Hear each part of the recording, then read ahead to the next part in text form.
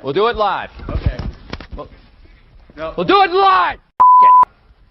Do it live. I'll write it and we'll do it live.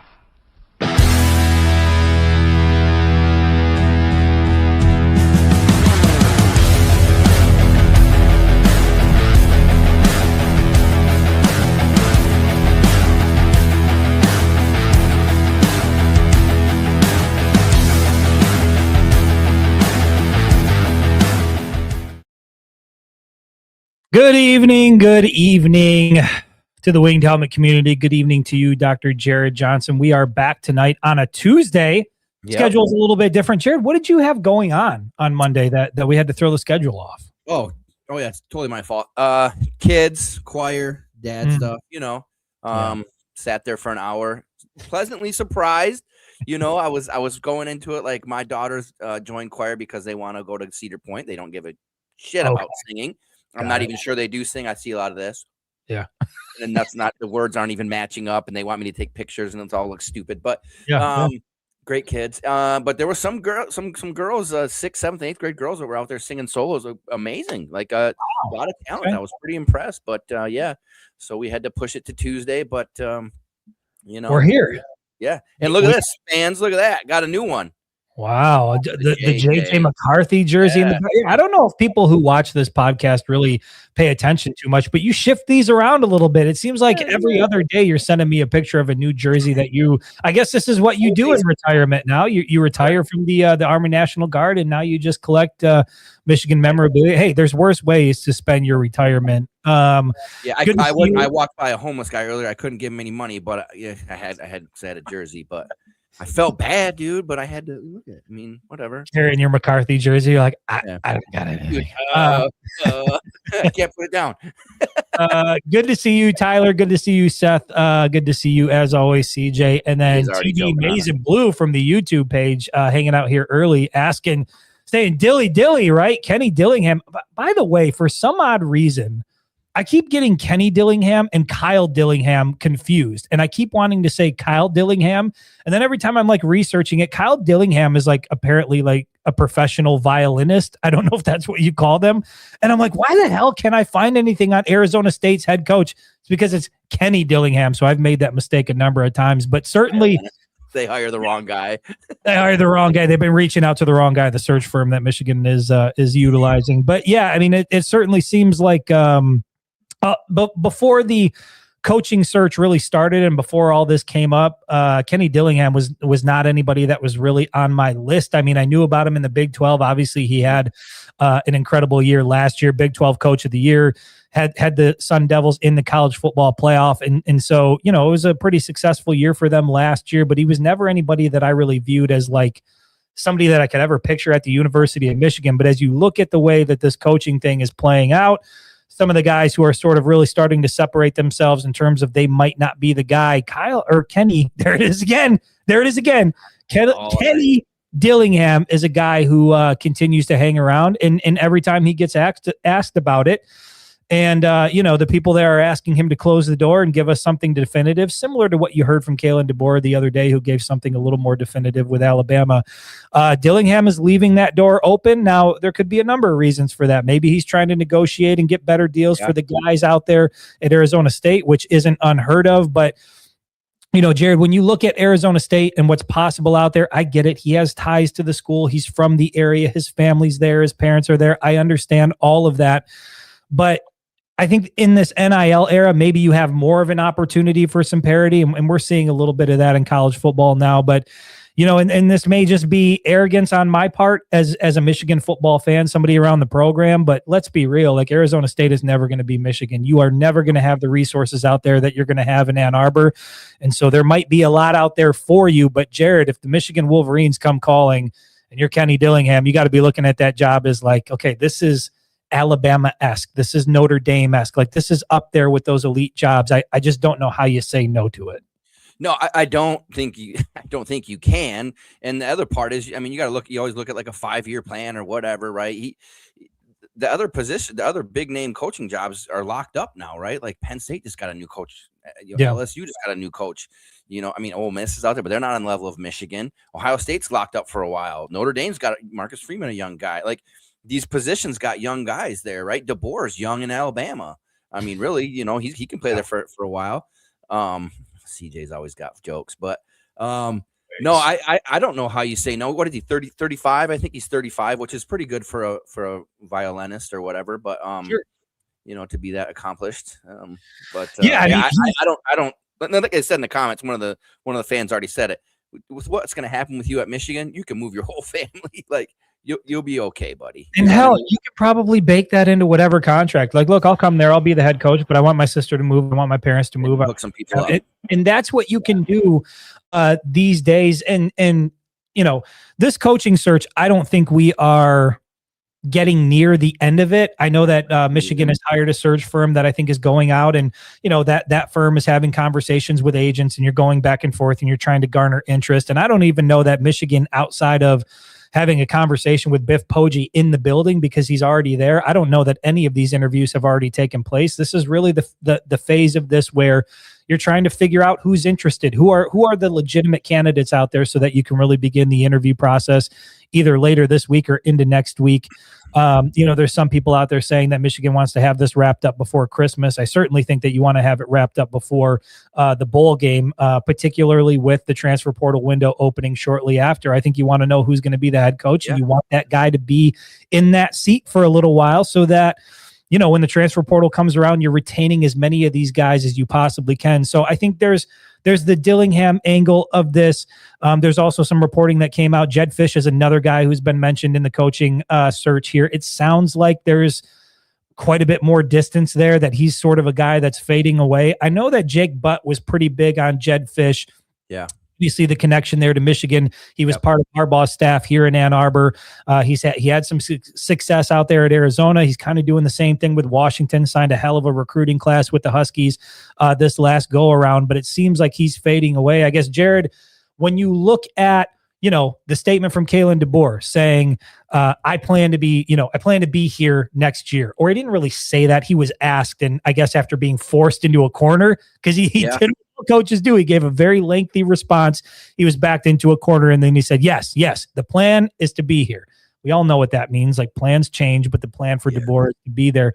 When you look at all of the names that are being mentioned in this coaching search, I guess, how do you feel about this? Is this sort of what you envisioned for Michigan? Is it at the level of what your expectation is? Are there some names that aren't in this search that you haven't heard that you think should be? What's your overall take on the search so far and the names that are being thrown around?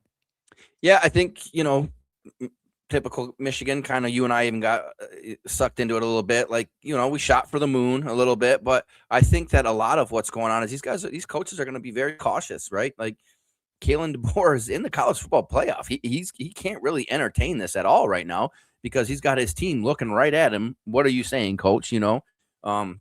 You got Alabama looking at him too. What are you saying? Like, they don't want to hear any of this nonsense that you're even thinking about going to another team. Urban Meyer was never really an option. It was a pipe dream.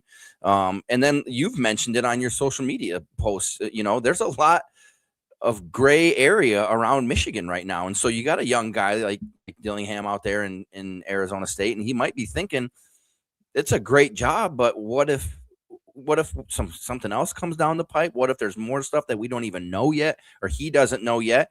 And he goes to Ann Arbor and these sanctions start coming out. And, unlike in the past, the kids can just bounce. They're like, hey, we're out of here.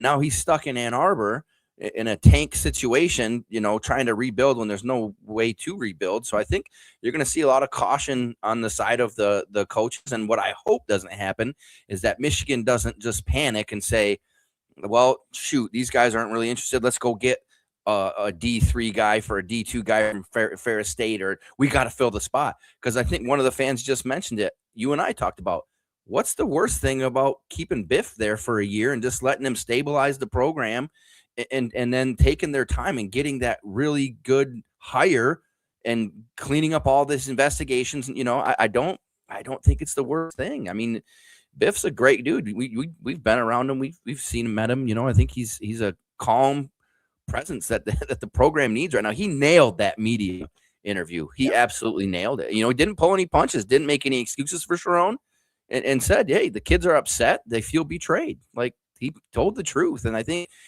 he mentioned talking to parents already. man, he's calming the whole program right now, and that's what they need. Well, you heard Michigan parents come out and say, like, hey, we want Biff. We don't know how this is going to play out, but Biff has been, a steady voice, a steady person in this process. He needs to remain in the program. A couple of things here. So we'll talk about the Biff Poggi thing, because you're right, Jared. You and I were talking about that a little bit offline earlier today. I know that there's some pushback from fans who think that that's an awful, horrible idea. They're pointing to what he did at Charlotte and got fired because he couldn't win games out there. But I think it's a completely different circumstance here in Ann Arbor. First thing, before we get to that, though, I just want to address this comment here from, I think it's Michael. And I think I'm going to need glasses. My vision in my 40s, I don't know what happened when I hit my 40s, but all hell broke loose, excuse me, health-wise. I think I'm going to have to get glasses and start wearing glasses. Don't make fun of me. I've already got the bald thing going on, Jared, but if I have to come on here with glasses so that I can read the comments, I'm just going to need you to be a little more mature than you typically are. Michael Hulker, I think I'm reading that correct from the Facebook page. He says, Kenny Dillingham has said twice that he's not interested. He's staying in Arizona. I have not heard that at all. Jared, unless you've heard something that I haven't heard, I've listened to Kenny Dillingham speak multiple times now, been asked multiple times about the Michigan job. He said a lot about what he loves about Arizona State. He said a lot about what he likes about Michigan in terms of it being an elite program, an elite brand, one of the best jobs in the country, and on and on and on. I have yet to hear Kenny Dillingham say he's not interested in the position. Jared, am I missing something here, or is Michael a little bit off? Nope. I think Kalen DeBoer is up here, right? He's came out and said, I'm going to be at Alabama next year. Dillingham has been very politically vague in all of his answers. You know what I mean? Like, he's leaving it on the table, right? Because we, like you said, we don't know. We don't know if they've actually interviewed him or not. But he might not want to be, kicking himself out of the running for the job, and he's just been very vague. And you're not going to say bad things about your current employer. Good Lord, what if Michigan turns their head and says, hey, we're going to go over here, and you said, I'd love to go to Michigan. Now you got to go back to Arizona State and tell your players, I just kidding. I love you guys. We just saw you, bro. This is, you know what I mean? So I'm with Pam right there. I don't hate that situation. I just don't want them to rush it, because, gosh, we've been there, right? We get the wrong coach. It's better off not having one. Some of the things we've gone through in the Rich Rod and the Hoke eras, and and we can debate whether they had enough time, at another time. But I just don't want them to rush it. And it's an elite job. You don't have people come to Michigan, right? We shouldn't have to go to people, right? Like it or not. It's an elite job with elite assets and abilities and alumni base, and you got the wing helmet. I mean, come on, dude. Us, not the helmet. Well, listen, there's a couple of things here that I want to touch on. First, I want to go to the Biff Poggi thing, because a lot of people are chiming in about that in terms of, Biff is obviously highly thought of in the program, and you can see that even in the people that don't think he should be the guy. But the prevailing belief, at least among fans, is that you can't go with Biff. I want to talk about that a little bit, but I also want to talk about, I've been pretty vocal about the fact that I think Michigan should go outside of the Harbaugh coaching tree. Like, anytime Jesse Minter's been brought up, even Jed Fish being brought up, I'm like, no, I don't think that's a good idea. And I guess Biff Poggi would qualify as being part of that Harbaugh coaching tree. So maybe I'm going to be a little bit hypocritical here. But overall, when I say that, I've gotten a lot of pushback from people who are like, it's got to be like somebody within the Michigan circle, though. It's got to be somebody who fits that Michigan man mold.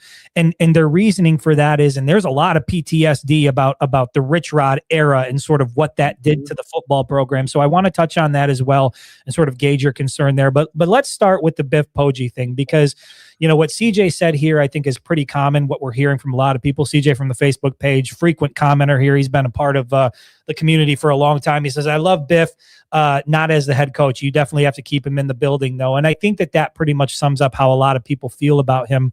Here's my case for why Biff Poggi may be the best option for the University of Michigan right now. When you look at the state of this program, and when you look at what has happened with the program, whether you're talking about Matt Weiss and a federal indictment and the FBI getting involved, whether you're talking about Connor Stallions and advanced scouting, whether you're talking about, NCAA investigations, or you're talking about head coaching suspensions, or you're talking about show cause orders, which, by the way, is another reason why, like, people were trying to figure out whether or not Jesse Minter was even going to be available and how long the show cause goes for. I'm like, that's why he shouldn't even be part of this conversation. Yep. You've got to try to figure out how long somebody's banned from college football for to figure out if they're even in the mix. They shouldn't be in the mix, given where this program is at.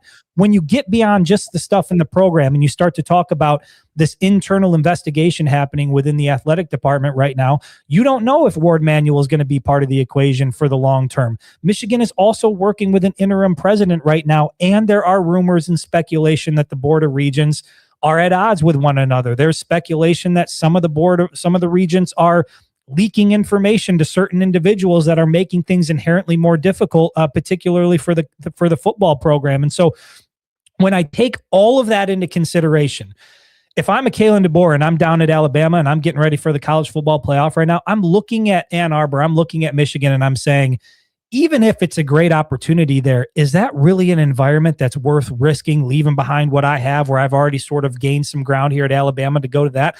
I don't think so. I don't think you're leaving Alabama for Michigan, certainly not with Michigan in this condition.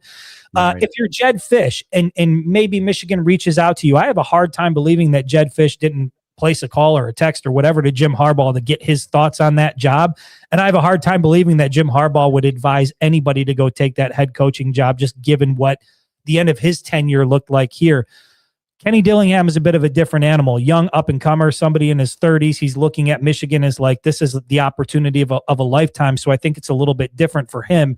But when you think about Biff Poggi and you think about all the turmoil surrounding the program, this is a guy that's here not because he has to be here, not because he needs a paycheck. Biff Poggi, for anybody out there that's not aware, he's like a billionaire, right? Not a millionaire. I believe Biff Poggi isn't he a billionaire? No, he's a 9-figure guy, though. I believe he's 100. Can you look it up? Can you just Google? Can you ask what his net worth is so we know? The bottom line is Biff Poggi made a lot of his fortune in hedge funds and stuff like he is not here because he needs a paycheck. He is here because he loves the Michigan football program. His son played here. He loves the players that are here. He loves the culture that's here. And I think when you heard him speak earlier this week, or I think it was yesterday it came out, you could hear that in his voice. And so given the fact that there's a lot of uncertainty in this program right now, I think that Biff Poggi could be the best option for this football program, not for the long term, but maybe for a year while you get the AD situation figured out, while you get the president situation figured out, while you take a look at the Board of Regents, and while this internal investigation is going on. Biff Poggi knows what's happening in Ann Arbor. He knows what's happening within the program. He's got buy-in from the players and from the parents. I just think that it wouldn't be the worst option in the world to float with Biff Poggi for a year while you purge all of the things that need to be purged out of the Michigan football program and out of the administrative side, so that you don't find yourself doing something like this every couple of years because you didn't really look at every single angle of what needs to be looked at. Jared, am I crazy in thinking that he could be a good option just given all the external circumstances surrounding the program?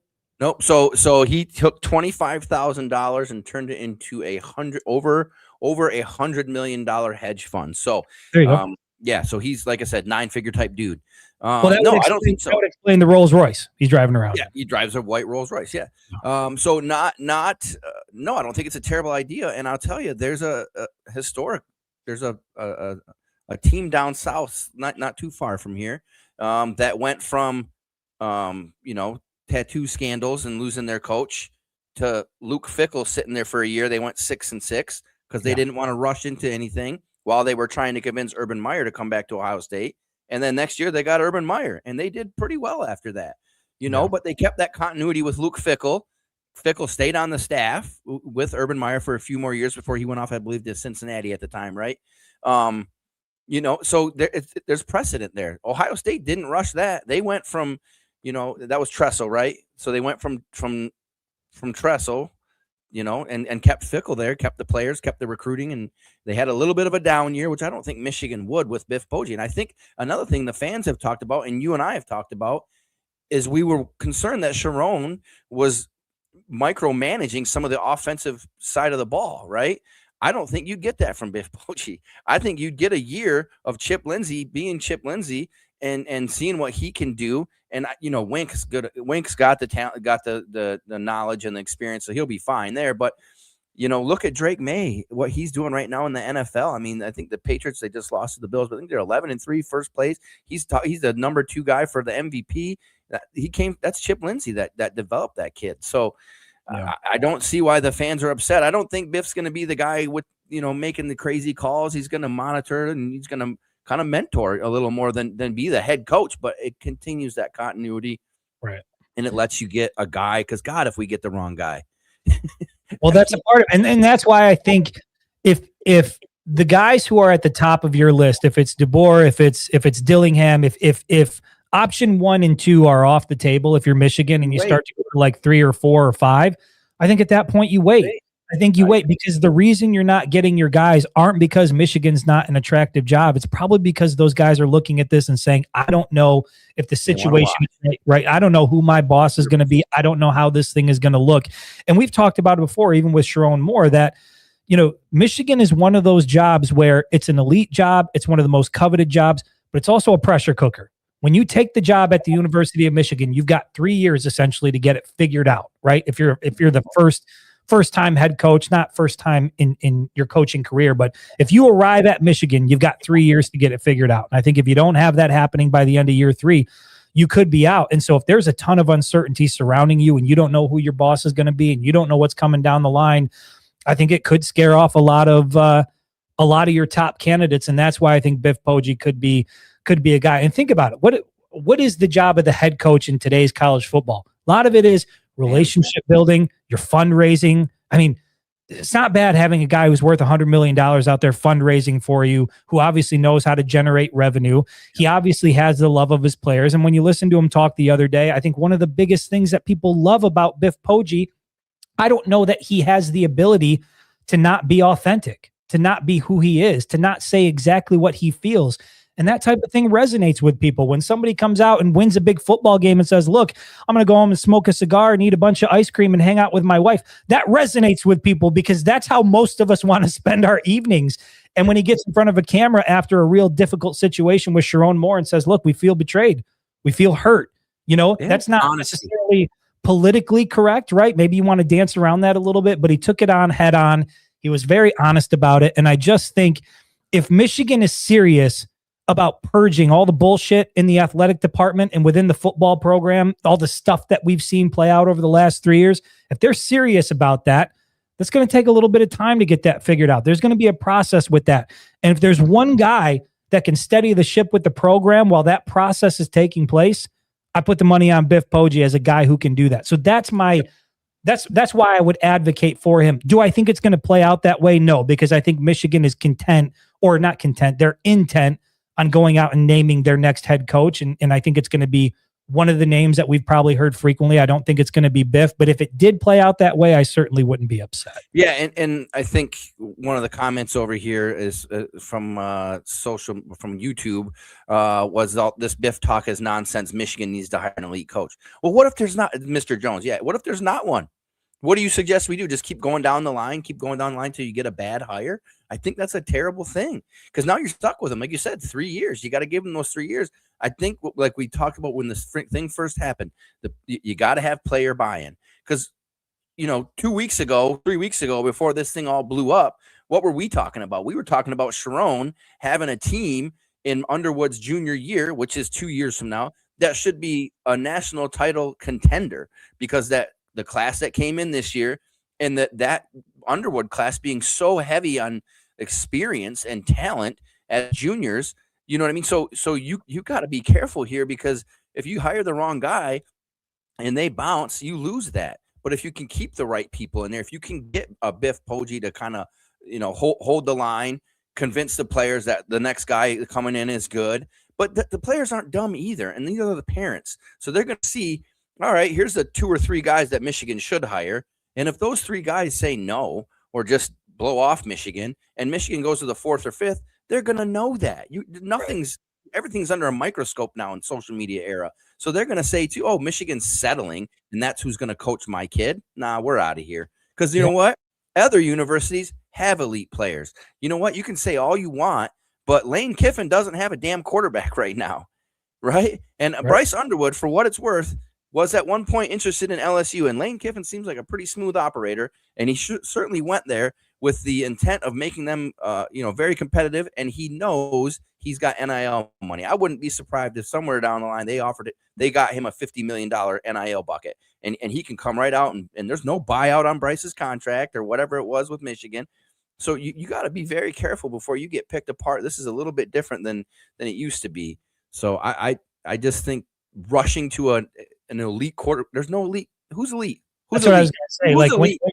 Who's elite right now? That's when you say Michigan has to get an elite head coach. Who is it? Who do you think? Show me who is the elite head coach that's available. Not coming. Not coming. Not coming. Kalen DeBoer, I don't think he's coming. I said it earlier. I don't think you leave what you have with Alabama for what's currently available to you in Michigan. I don't.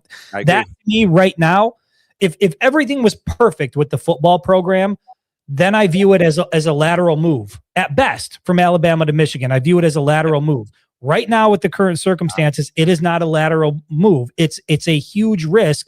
You're gambling that maybe things are going to go better and it's going to improve and you'll have a better shot there than you will in the SEC with Bama. But it's not even that anymore. Like, you go to the Big Ten, you've got Ohio State, you've got Oregon, you've got USC, like you've got Indiana now. Like, there's no guaranteed path anywhere.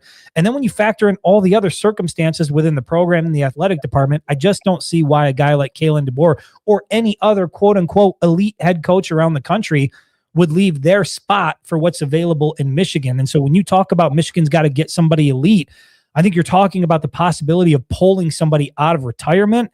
And I just don't think that's going to be the case. Maybe you go get somebody out of the NFL potentially, but I put it this way. I don't think that there is a sure thing available in this cycle. Is that fair to say? Like, I don't see any of these names as like a sure thing. With you. I'm 100% with you. And I think I keep seeing fans say, well, make somebody say no, make Signetti say no. Signetti will say no. Go ahead and waste your time. Right. Losing players is a big deal. Like, scared to lose players. Yeah, nobody wants to go back to mediocre. And here's the thing: elite coaches don't want to lose players either. No coach wants to come into a program and say, knowing that Bryce Underwood's going to leave and Savion Hyder is going to leave, and all. Like, if you don't get buy-in from this is exactly what I'm talking about. I don't know what this means. I don't know what this means. Because we said that losing the players, right? That's a big deal. Give a damn. That's who plays the damn game. What do you mean? Just so people know, if people are just listening on audio, the comment here is from the YouTube page. Is from Mr. Jones 144. Says, y'all are scared to lose players. Who gives a damn? This is Michigan. People like y'all are the reason Michigan has been mediocre for a decade. Let's hope the administration doesn't have this attitude. I don't even know what that means. Like, people like us are the reason why Michigan has been mediocre for a decade. They won a national championship in 2023. They won 3 consecutive Big Ten championships, went to the college football playoff in 3 consecutive years and won a natty. So I don't know what you're talking about being mediocre. It certainly has anything that you love or hate about the football program has zero to do with the 2 people sitting here or anybody who thinks like us. I think this is just more of like trying to be realistic about the situation. And I know that there is a large faction of this fan base that wants to sit back and do the same thing and say, hey, this is Michigan. This is Michigan. We can get whoever we want. We can do whatever we want. It's not like that anymore. Like, NIL has changed the game a little bit. It's evened things out. You can go and win at a high level elsewhere, so other jobs are more appealing than they were. Take Texas Tech, for instance. Texas Tech is one of those programs now where people are looking at that as a legitimate national championship contender, where 4 years ago you would have never thought that about that football program. So the equation has changed. But to also dismiss the things that have happened within the program, the last 4 coaches at the University of Michigan have gone fired, 10-year ban, fired, and ended up in jail. It's not necessarily a great track record for the recent head coaches that have been here. And when you look at the other things, I get that we love Michigan, but these are business decisions being made. These are people deciding, is that a place that's stable? Is that a place that has the type of support that I'm going to need to be successful long-term? And I think right now it's fair to question that. And I'm certain that if you are one of the top candidates in this search, Jared, there's zero question to me that those conversations are taking place. Yes, we know Michigan can recruit. Yes, we know that they've got NIL and facilities and all that shit. If I'm looking at that job, my biggest concern is who's going to be the AD? What's going on with the president situation? Are there any more investigations that are coming that I need to be aware of? And that is a shame. That's all self-inflicted. And that's why this coaching search is incredibly more difficult than it would have been otherwise. Because if not for all the bullshit, Mr. Jones, I'd be right on lockstep with you. I think Michigan could get whoever they want, wherever they want. Like I would think that way about this job. But right now, given the circumstances, I'm sorry, it's just not the case. I mean, just mediocre for a decade is a ludicrous statement. Well, that's not even. That's not even legitimate. Like just strike that. But the other part is too is I'm tired of this. This is Michigan. Okay, that shit's over, bro. Like stop doing that, because you can say this is Michigan, and then you got Texas Tech out there paying millions of dollars for players, like you said. Like it doesn't matter. There is some legacy. There is some value to that. But that Matt Kirby's an asshole. But that I love it, Matt. But that is not, you can't lay on that anymore, right? And Harbaugh tried that for so long. And when he got that national championship, how did it happen? They used NIL to keep guys from going to the NFL. Like they didn't do it for the team. Like they were getting paid too. So I mean, just stop with this is Michigan bullshit. Like money talks. Stop being so. These guys ain't leaving. Yeah. It's you can throw money, as much money as you want at Cignetti. He ain't coming here. You can throw as much money as you want at Marcus Freeman. He ain't coming here. And I guess if you throw $20 million at him, which is ludicrous, ain't nobody getting over $10 million from Michigan their first year. It's just not happening, guys. I don't think that this we are Michigan thing is stopping. Elite head coaches are not going to make 26 years. You're not going to make a lateral move to Michigan right now with all the other circumstances. You're just not. So that's why I think Kenny Dillingham is such an appealing candidate, because he isn't a guy in a position at Arizona State where I would argue that right now his name is as hot as it's ever been, and there is a big juicy position out there just waiting for him at the University of Michigan, where it is among the Notre Dames, the Alabamas, the Georgias, like. And if you're a guy like that, that's got to be incredibly appealing. And that's why I think if Michigan has really zeroed in on him and views him as a top candidate and they want to offer him the job, I have a real hard time, even though mom's down the street and my kid's best friends with my sister's kid and I grew up here and all that other shit, that's great.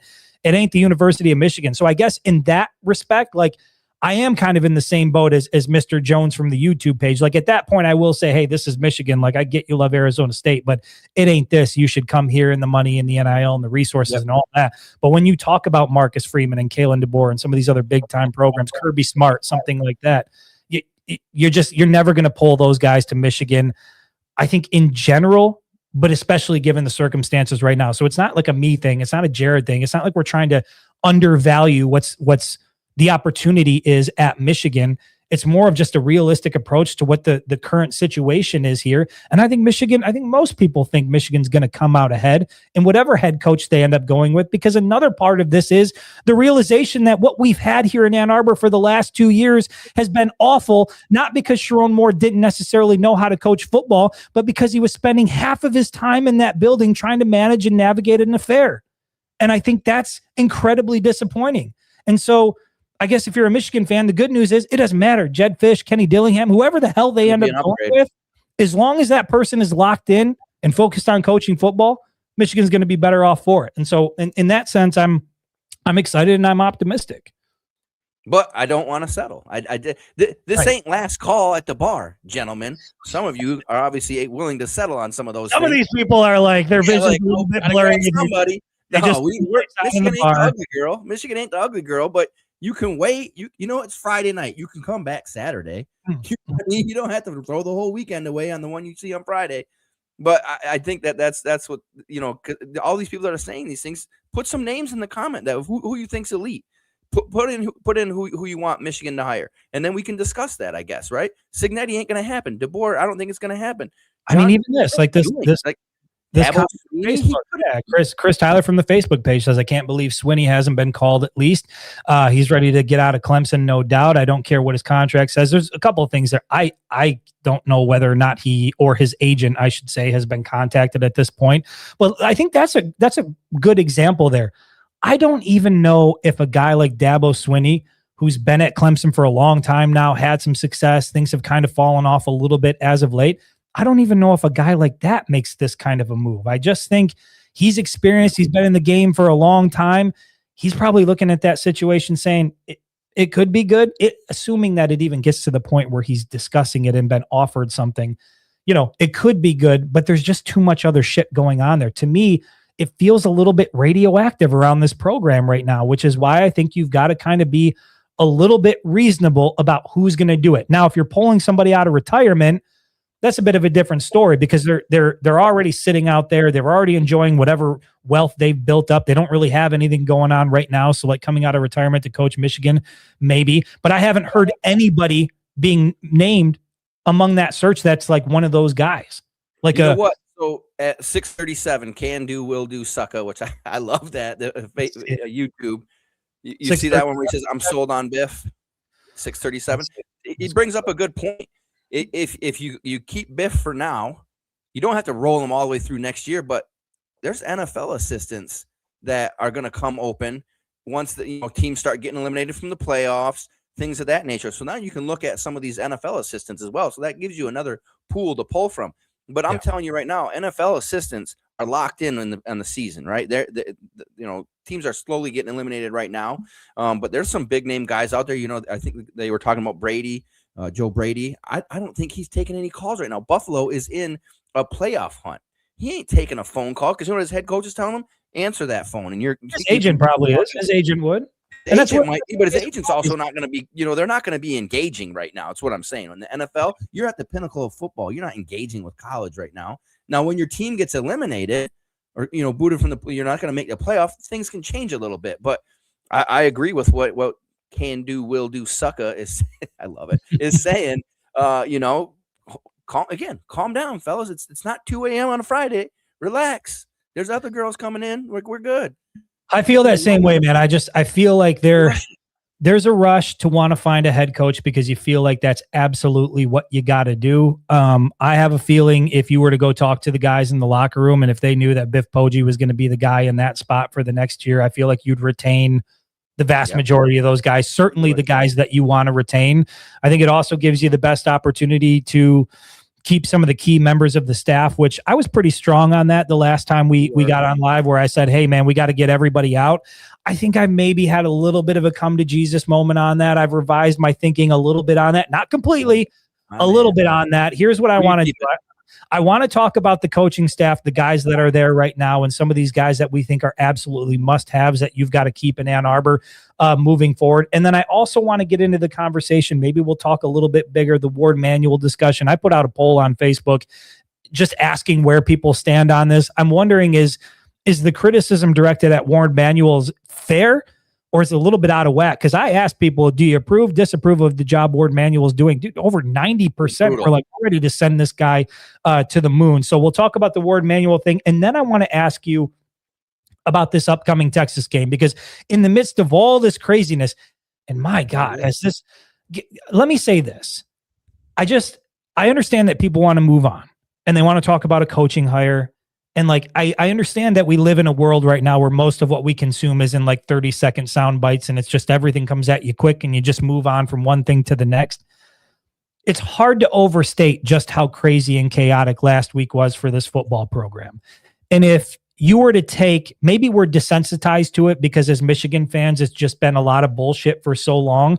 But if what happened last week happened in Columbus to Ryan Day, same exact scenario, your mind would be blown. I mean, we were all shocked. We were all like, but it just seems like Michigan fans are like, okay, yeah, we get that happened last week. We're ready to move on. Like, that was crazy last week. That was an insane thing that happened. We can't just brush over that and like move on so quickly. Like, you got to fix some things that happened and some things that led to that. And so I just think it's worth reminding people that was and still is an insane thing. The images that came out of that, the sound bites and the reality of what happened. I'm amazed that people just are so ready to move on after something so crazy. That's Michigan, right? Like, whatever. Just move on. This is Michigan, damn it. But I also want to talk about Michigan does play a football game later this month against Texas. Right. I want to ask you about that and your expectations about that football game. So when we come back, there's going to be more conversation that we're gonna go over for sure on the second part of the show. But I do want to get a word in here from VFW National Home. Happy to have them as a sponsor. They're doing great work for veterans. We're going to run this commercial. We'll be back on the other side of it to continue the conversation. Story takes us to Eaton Rapids, Michigan. Eaton Rapids is the site of the Veterans of Foreign Wars home. The home has been in existence since 1925 and is a fully equipped community. When I was 10 years old, we had some unfortunate things happen in my family and we ended up being homeless. My mother's friend told her about a place called the VFW National Home. It was the first time that I had real stability in my childhood. Very few people outside of the state of Michigan understand that this is a place where veterans from all over the United States can go and get help that they need.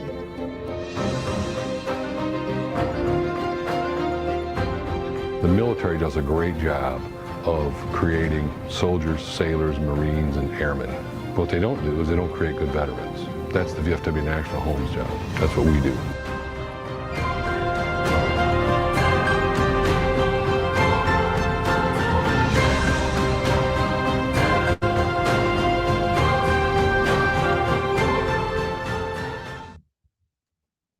All right. Once again, thankful and grateful to VFW National Home for all the work that they do, making sure that veterans have all the resources they need. These guys and gals, you know, they give so much of their lives to the country. It's nice to know that there's an organization out there that's committed to giving back and helping those folks get back on their feet.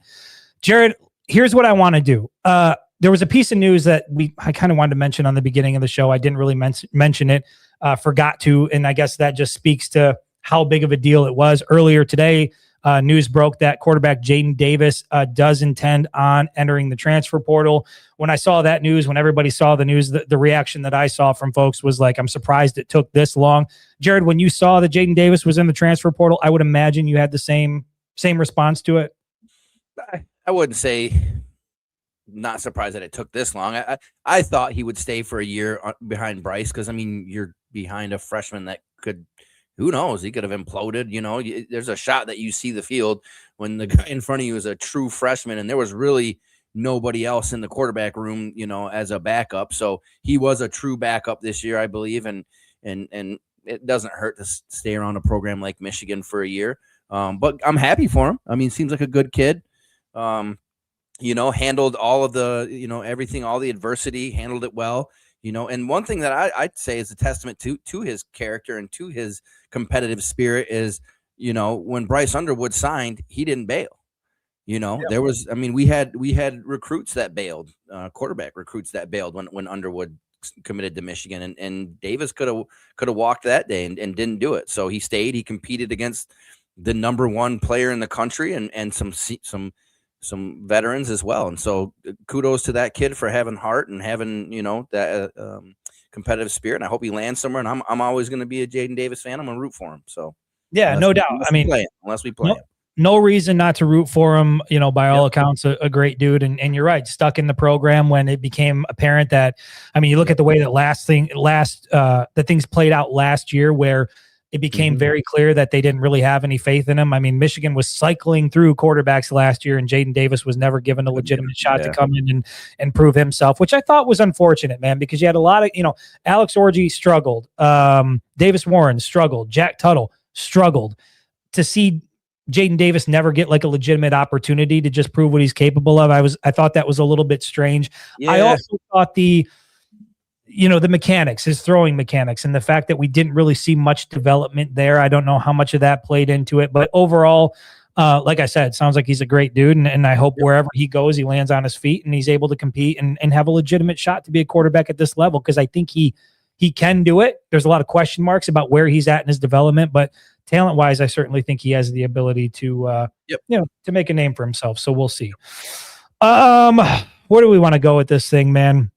Last week, I was pretty firm in where I stood on just the current people that are in the building at Schembechler Hall as it relates to the staff, not the players, but, you know, and I think a lot of Michigan fans are. I think a lot of people are just exhausted by, you know, it felt like as soon as we got through the advanced scouting / sign stealing thing, that thing just dragged out for so long. And it was always a topic, and the NCAA would release something, and then ESPN would come on and say something. And there was just a point where we were just like, can this just end? Like, I don't care what's coming. Can we just get to the end of it and then move on? And then you do ultimately get to the end of it this year. And then lo and behold, here we are once again sitting and talking about another catastrophe within the program. Michigan being once again in the spotlight, the topic of national conversation, and for all the wrong reasons. And so because of that, I was pretty strong in my stance that I feel like it's just time to clean house. It's time to start fresh. It's time to get everybody out, anybody associated with Harbaugh, anybody associated with Sharon Moore. I get that there's a lot of good people who are a part of that, but it felt like it was just time to flush it and completely cleanse it and get a whole new host of people in there. But I've also seen some of the reaction to not just what I said, but what some of the player parents have said and what some of the players themselves think, and what some of the fans are saying. And it seems to me that there are two names, at least in that building, that seems like no matter what happens with this Michigan coaching search, there are two individuals in that building that you absolutely must retain. And Jared, I'm curious, when you look at this staff, are there, how many guys, I guess, are a part of this staff? Like, when you look at what's assembled there currently, how many of these folks can you name them? And you look at them and you say, those guys got to stay. No matter what happens, you got to keep those guys. How many of those guys are there for you? Yeah, I think you got to keep Tony Alford. He's done nothing but put together one of the most impressive running back rooms, and we're still not sure if Haynes is coming back. So there's that. I think you got to keep Biff. I mean, he's just the continuity, is the glue piece. He's just a good mentor, especially if you hire a young 35-year-old coach from Arizona State who's not been at this level. Having Biff there doesn't hurt anything. I think Wink, he's proven that he can do his job. He can win elite games. He can get the defense to do what they need to do. So yeah, those are the three for me that you have to keep. I don't yet. Poggi and Alford, Kirby. I agree. Sorry, who's the third? I missed the third. I got Poggi and Alford. Who's the third? For me, I think Wink. I think you want to keep Wink. I don't think you want to come in and dump Wink, right? I think he's just that continuity. And again, especially if we get a young coach. I mean, the Wink's been around football longer than, the Arizona State coach has been alive. So I don't hate that. Esposito's been a great recruiter, on the defensive line. So that's not a bad one. But there are some guys that I think can roll too. I think I don't like the Combs thing. I really don't like that hire. How about if you carry Coombs and you just get hired? Your first week on the job is last week. Yeah, you're out. You're like, you know what? I thought I'd give this a shot. I can't do it here. Yeah, no, I'm still questioning Ron Bellamy. I want to see what he does in the transfer portal. I think he kind of knows that he's in a hot seat as the coach there. Other than that, Chip Lindsey, I mean, he's had 1 year. Yeah. And again, we don't know the facts on Lindsey. I'm really convinced based on what you said after the Ohio State game that the players were like, this isn't the game plan that we practice. I'm really convinced that Sharon took over, the game plan and after that first run. And again, not spreading rumors here or whatever, but he clearly had a lot going on, in his personal life and whatever else the hell he was doing, that maybe he wasn't as involved as he should have been. I don't know. So yeah, I don't think you chuck Chip Lindsey to the Wolves either yet. Well, and I think a lot of that depends on who the next head coach is going to be. I mean, typically when the head coach comes in, like if you've got an OC that you feel comfortable with and have had some success, a lot of guys try to bring people from their staff with them. And you heard Dillingham talk about that. Like a lot of Arizona State fans were reading into that when he was saying like, look, it's about the group and it's about taking care of my guys. Well, yeah, part of taking care of your guys means getting a pay raise and staying at Arizona State. The other part of taking care of your guys is making sure they're part of the deal when you make the move to Ann Arbor. Yeah. So that's a big part of it. Yeah, I mean, for me, I think it's two guys. I think it's Tony Alford and I think it's Biff Poggi. Mm-hmm. And I'm not trying to like discredit any of the other guys in the building, but I just think that those two guys have the most buy-in, the most influence. And we talked about Tony Alford last week. And even when you singled him out as an example, when you're like, even Tony Alford's got to go. And I was like, yes, they all got to go. Singling anybody out. The more I thought about that, the more I thought like, I don't know, man. He got with the program last year, right? I mean, it's not like Was this year his first year with the program? No. 2024 was his first year with the program, right? Yep. So, is he, how intertwined in all the BS is he? I don't know. It seems like he's a phenomenal recruiter. The Michigan running backs have done great. And he doesn't strike me as a guy that's going to get caught up in some BS. And so, when you listen to players and when you listen to families, it seems like Tony Alford is somebody who's highly thought of, and obviously Biff Poggi is in that boat. But to me, Jared, I can't really put my finger on anybody else and say that's a guy you absolutely have to keep. I know that you said Wink Martindale. Like, I don't think that that's a bad idea, but I don't look at him as somebody that absolutely has to remain in the program. I think there's two guys that if you want to retain as many people as you possibly can, I think the two guys you absolutely have to keep in the building. If you are a Kenny Dillingham or if you are a DeBoer or whoever the hell it could be, if you're looking at what your staff is going to look like, if you want to retain a lot of the guys on the roster, I think those are the two guys you got to make sure that you can keep your hands on. And then the rest of them might be nice to have. We'd like to keep it, but you don't absolutely have to have it. I'll tell you right now, and I've never been a head coach in college football. I never will be, but I am a big recruiting guy. If I come in there, I'm looking at two guys that are on this signing class, Savion Hyder, Carter Meadows. And I'm going to ask who was their main recruiter. And if that main recruiter was Esposito for Meadows and it was, Alford for Hyder, they're staying. Because those two are generational type talents. I mean, have you seen Carter Meadows play basketball now? The kid is just an athlete. He's a stud. He's a pure athlete. And once he gets to Michigan and gets in that weight room and gets the proper conditioning and eating the right food, and I'm excited about this kid. And that's the two guys that I'm like, we can't miss on them. So I'll keep those two, whoever the hell recruited them, and I think it was Esposito was Meadows' guy. And obviously Alford was with Hyder. So that's kind of how I look at it. And then like everybody else said, yeah, you're going to want to bring your own people in. Biff is just a guy that holds the glue. He's just a dude, right?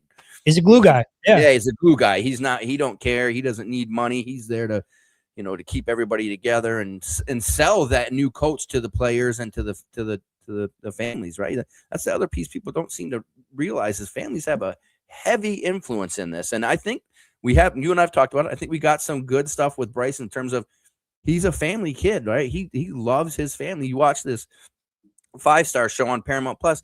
Half the time he's at his parents' house getting his hair done and hanging out with his parents and playing video games with his parents and talks about his sister. Like, I think we really have to mess it up for Bryce to leave, fortunately. And I think keeping him keeps a core group of people, right? They see the Underwood leave, then it could be a real mess. But and even these little things, man, like I'm just now thinking about that as you're saying it. Like Sharon Moore came out, a little over a week ago and said it was like a top priority. One of the priorities was to bring a quarterbacks coach in, somebody that could work directly with Bryce Underwood. Like, I don't know where Michigan is at in that process right now. I'm guessing they haven't brought anybody in because you can't really hire anybody at this point because you don't really know what's going to happen. But like, even those are like the little things. Like, you say you're going to do this, you're going to be able to bring a guy in, and then you go out and get shit canned and go to jail. And it's like those resources, those things that those players need. And I think Biff Poggi put it as perfect as you could put it. There's a sense of betrayal there. Like, I think even as fans, people that like advocated for Sharon and said, you got to give him more time. Like, he's doing this. You got to believe in him. He's doing right by the players. He's great on the recruiting trail. Guys like us. I mean, dude, I hung out with my family, my kids and my wife after the Michigan game out in Chicago at Wrigley. My kids wanted to meet Sharon Moore and we hung out outside of the tunnel. We went, I never do that. I'm a photographer. Like, I see these guys all the time. Like, I don't have that, but my kids wanted that experience. Took a picture with Sharon and shook his hand and all this other shit. And it's like, again, it just has shockwaves when you screw up in that position that massively. And the quarterback coach, I think, is another example of it. It's just, there's all these little things that should be getting done within the program, transfer portal targets, all this stuff. And it's just not getting done because, once again, Michigan's sitting and waiting and trying to figure out what's it going to look like a week from now. Yeah, and then you talk about, the old saying, hindsight's 20/20. It's kind of like a fog being lifted a little bit. You're looking back, like, you think now, why did you wait till the end of the season to say, you know what we should do to make Bryce better? Get him a quarterback coach. we have our winged helmet fans, who are the best and the most intelligent and smartest fans in all of college football, have been saying this all year. We have talked about it at times in the year, like, who's really developing Bryce Underwood? You go the whole year, and then you say, you know what? In hindsight, we probably should have got him an expert. What in the hell? There's not a there's not a football team that doesn't have a quarterback coach in the NFL, right? We've talked about this before, watching, these NFL shows with Josh Allen and stuff. They all have quarterback coaches. JJ McCarthy had a quarterback coach in high school. Why do you bring in a talent like that and not bring somebody in to specifically hone that skill? Again, hindsight, like, was he just not running this program? Was he just like on autopilot and then game day would be like, nope, that's not what I want to do. I want to run the ball every play. And you know what I mean? I wonder how bad it really was. And you've heard, you hear things coming out that the players, he was treating them like shit and he was doing all these other, and we don't know, but the amount of pressure this guy was probably under, on top of being the Michigan football coach, personal and professional, there was no, break for him. And I don't think that he did the best that he could have done, unfortunately. And maybe the players suffered. Program certainly did. Look at us now. I mean, the fact that they went 9-3 under the circumstances and everything we know now, like, yeah, you can't help but wonder what could have been. Like, last season kind of feels like a wasted season outside of all the development the young guys got. But yeah, I mean, had Sharon Moore been fully locked into the program, fully committed to the program, fully committed to doing his job, fully committed to making sure the guys had the resources they needed, how different would it have looked last year? I guess, we're obviously never going to know. But yeah, man, it just, when you think about it, it just impacted so much. And I mean, that's a great point. Like, why did we get to the end of the season where it was like, yeah, we want to bring in another quarterbacks coach? Why? Like, was this not high profile enough for you to understand we have got to surround this kid with as many teachers as we possibly can for his development, because it's critical that he succeeds? I don't know how we figured that out at the very end of the season after 12 games, but it is what it is. And if you're in here, if you're an Ohio State fan and you're trying to rile people up like Michigan fans, I would just, I'm not going to kick him out, because it's views, it's analytics, and it helps us get paid in here. So if you want to go back and forth with those folks, you absolutely can, but by no means do you have to give them attention, because if they were getting attention elsewhere, they wouldn't be here seeking it out. I'll just put it that way. The Texas game, Jared, I do want to talk about that, because I thought about this in a way that I didn't think about it before after Sharon Moore was out, because we were so caught up in what happened with Sharon and kind of like, all the shock and awe related to that. But I think that where I was mentally about this Texas game and all the pressure that I felt like was there on the program, I guess I've realized now that most of that was due to the fact that I felt like it was a must-win game for Sharon Moore. I didn't really think it was directed at the players or the team. To me, this was a Sharon Moore thing. And once I thought more about him being out of the picture for this game, I went from feeling it was pressure-packed to like being kind of excited about this game in a way that I wasn't before. And here's why. All year we talked about, and there was discussion and debate about how much influence does Sharon Moore have on this offense? Why does it look the way it looks? Is this a Chip Lindsey thing? Is this a Sharon Moore thing? Is he interjecting and intervening at times where maybe Chip Lindsey wants to do something else? And there were even people that pointed at, like, well, look at Central Michigan and Nebraska. Like, if you want to know what it looks like without Sharon Moore, look at those two games. That's not true. Sharon Moore wasn't on the sideline, but he was still the head coach of this team, and his fingerprints were all over that. Not to mention, it was Central Michigan and Nebraska, not exactly world beaters that Michigan was competing with. Michigan beat Nebraska on the road by, 3 points? Yeah, it was a blowout of Central Michigan, but Michigan's second unit would have blown out Central Michigan. So all I'm saying is this Texas game is going to be the first time all season long, Jared, that we're going to get to see what this team looks like completely absent of Sharon Moore's influence. And I got to be honest, I'm pretty damn excited about what that could potentially look like. How do you feel about that? No, I'm with you. I'm excited. And I hope that, some guys aren't going to play getting ready to the NFL. Sure. And I understand it's not the college football playoff. This is the new norm, right? But I hope some of those young leaders step up. I hope you see Bryce take charge of time out. I got to do this real quick. Look, man, an Ohio State fan, I get it. You want to come in here and you want to ruffle feathers and you want to get everybody excited. I get it. I was going to let you continue to do it. What I cannot do is allow you to come in here with some bald slander, right? I can take it from friendly fire, but we can't have any bald slander in here. Unfortunately, my guy, you got to go. Wish you the best of luck in finding a new show. Jared, I'm sorry. Continue. We will not have Twitter in the comments. Yeah, it's funny when our people say it, right? Like we can make fun of each other, but you can't. Yeah. We got your back there, Daryl. You don't need to go got your back, Daryl. Hey, kindred spirits here. Look at I got you. I got you. I will let a lot of things slide, but I will not let bald slander slide in the comments. Just to join the team. Sorry about that, Jared. No, you're good, brother. You're excitement for Texas. No, so I think that I'm excited, just like you. I want to see it, and I hope that we do see something. And at the same time as hoping, it's almost like you don't want to see too much, because then you start thinking, what if, right? Like, what if we had a coach that was fully engaged? What was this team really just unprepared? You know, was he going against what the coordinators? I mean, what if Chip Lindsey was practicing all week before these big games that they got their ass handed to him, and had a whole game plan as offensive coordinator?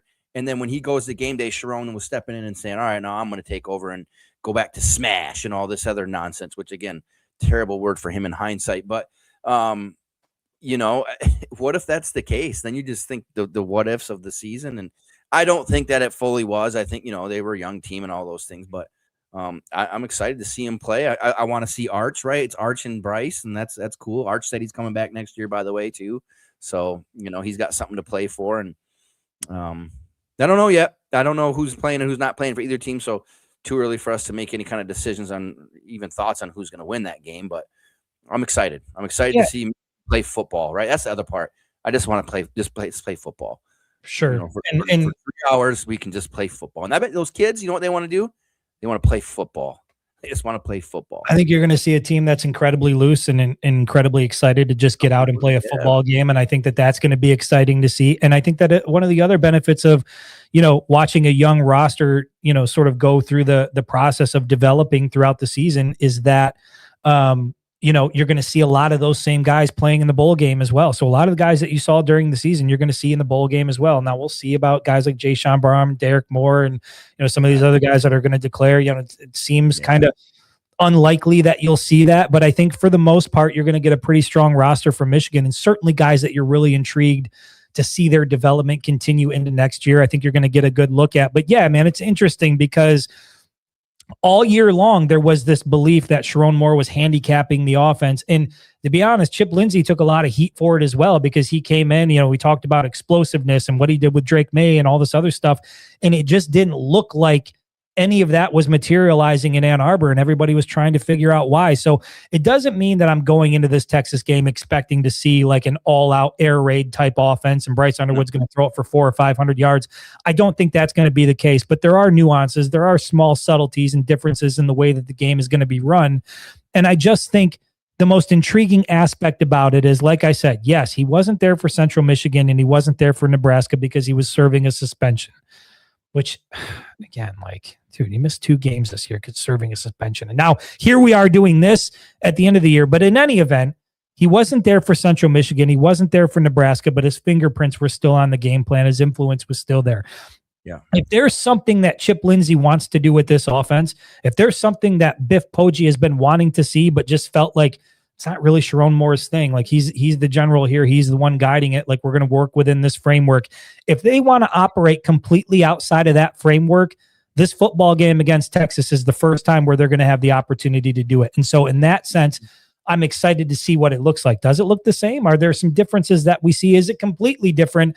I don't know. I don't really know what to expect until we get into it. And that's why I think there's a lot of intrigue in this game. But in terms of the pressure facing this team, I feel like with Sharon Moore out of the picture, all that pressure is gone now. I mean, they could go out and get blown out by Texas. I don't want that to happen, but people would just sit back and say, well, you know, it's been a tumultuous, you know, couple of weeks for that team. Like, it makes sense, whatever, regroup, come back strong next year. To me, Michigan has absolutely nothing to lose. I think that's why they're going to be incredibly dangerous in this game. And I'm excited to see them go out and compete. Jared, I think you make a great point. I think this is a team that's going to be hungry to get back on the field, given the way the last couple of weeks looked. And it's interesting to see what that's going to look like. Is there anything else here? I mean, Tyrone, real quick. Tyrone Gardner took the words right out of my mouth at 7:05. Facebook. He said Chip is coaching for a job, and that's what I was going to add on to what you're saying. Okay, it's an opportunity for these guys to audition for the next head coach, right? Like this, Chip Lindsey can come out and say, "Here's what I was trying to do all damn year," right? If that was the case, that he wasn't getting to execute his game plan, this is his chance. And so I agree with Tyrone. I literally was going to say just that. So kudos to you, Tyrone. We're on the same page. And if you're on the same page as Dr. J, you're good. You know, everybody there you knows go. that. I mean, even look at back what Biff Poggi said about Bryce Underwood. And like we saw Bryce Underwood run the ball a little bit. And Biff Poggi said, we're never going to take the air out of the ball for Bryce again. We're never going to limit him again. Well, there were times where it looked like he was incredibly limited. Ohio State was one of those. He had 5 passing attempts in the first half against the Buckeyes. There weren't many designed runs, at least in that game plan for him. And Jared, you brought this up earlier in the show. The reporting is as the players were walking off the field after Ohio State, there was a player that was heard saying like something to the effect of, it's nice that we practiced a game plan all week just to get into the game and not even use it. And so I just think that ludicrous. That's so hard to believe. Every time you say it, I'm like, there's no way that's real. And I have to leave the show and Google it and be like, okay, we actually did that. Yeah, it's with that kid at the quarterback, like with your franchise QB. And I get he's a true freshman. Andrew Marshall's on fire. Andrew Marsh had been on fire for weeks. We didn't even target him. So I don't know what that game plan was. And I think that, you have a couple of good runs out of the gate and you're like, fuck it, let's just pound it. Let's just go back to old school. And Michigan went into the shell. They went into the tank. The game plan, veered off considerably. And all of a sudden, now you're in a situation where you can't run the ball, you can't throw the ball, and the Buckeyes are pulling away. And so unfortunately, that's the way it went. I think the players were frustrated. I think some guys on the staff were frustrated. And I know the fan base was frustrated. So we'll see, man. We'll see what it looks like. But yeah, Tyrone, I think that, Chip Lindsey is certainly trying to make his case for whoever the next guy is that might come in. And based on what we heard Biff Poggi say before about how they're going to utilize Bryce Underwood and not limiting him, not taking the air out of the ball, there might be something to the effect or something to this idea that, hey, man, Sharon Moore, for whatever reason, just wanted to keep the bubble wrap on for a little bit longer than it needed to be. I think that we're going to get to see whether or not that's true against Texas coming up. The other part of this conversation, and it might be worth saving it for another time, the Ward Manual discussion, just because there's a lot of layers to this, man. That's gonna be a long one. Yeah, I think that Ward Manual for a long time is a guy who's taken a lot of heat well before this Sharon Moore thing popped off. Like there have been people that have been calling for Ward Manual's job for a long time. And I understand, you look at KBA with the women's basketball team, you look at Dusty May with the men's basketball team, you look at what's happening with the hockey team. Like there is a lot that's happening around Michigan athletics that you can feel good about. Mm-hmm. But there are also things that have happened with the baseball team, with the hockey team, repeated things that have happened within the football program where it's like, does the good offset the bad? Does the good outweigh the bad? And there are just like, the bad things that have happened within the program aren't like minor, small, bad things. Like when the FBI is involved and there's a federal indictment, that's a big problem. When you have multiple NCAA investigations where guys are either getting fired, suspended, show cause, a $30 million penalty for the university, like that's a pretty big deal. When you have a guy who has apparently carried on an affair within the program for over a year, who ends up lying to you, getting fired, and then going out and getting arrested and becomes a national embarrassment once again for your football program. Yeah, I don't know if you're Ward Manual, how you prevent all those things, but the reality is all those things happened under your watch. And so maybe that'll be part of what we talk about when we hop on the next show is like, is it fair that people want to move on?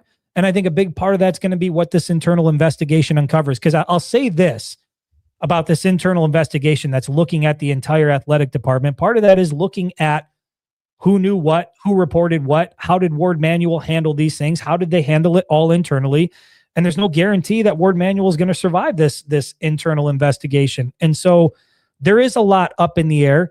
You and I don't deal in rumors on this show. I don't deal with them on my podcast. I really don't. I'm sorry, on the Facebook page or the social media platform, I don't really do anything with rumors, right? We talk about like maybe coaches that are being considered for things, but I don't deal in the rumor game, so I'm not going to get into specifics.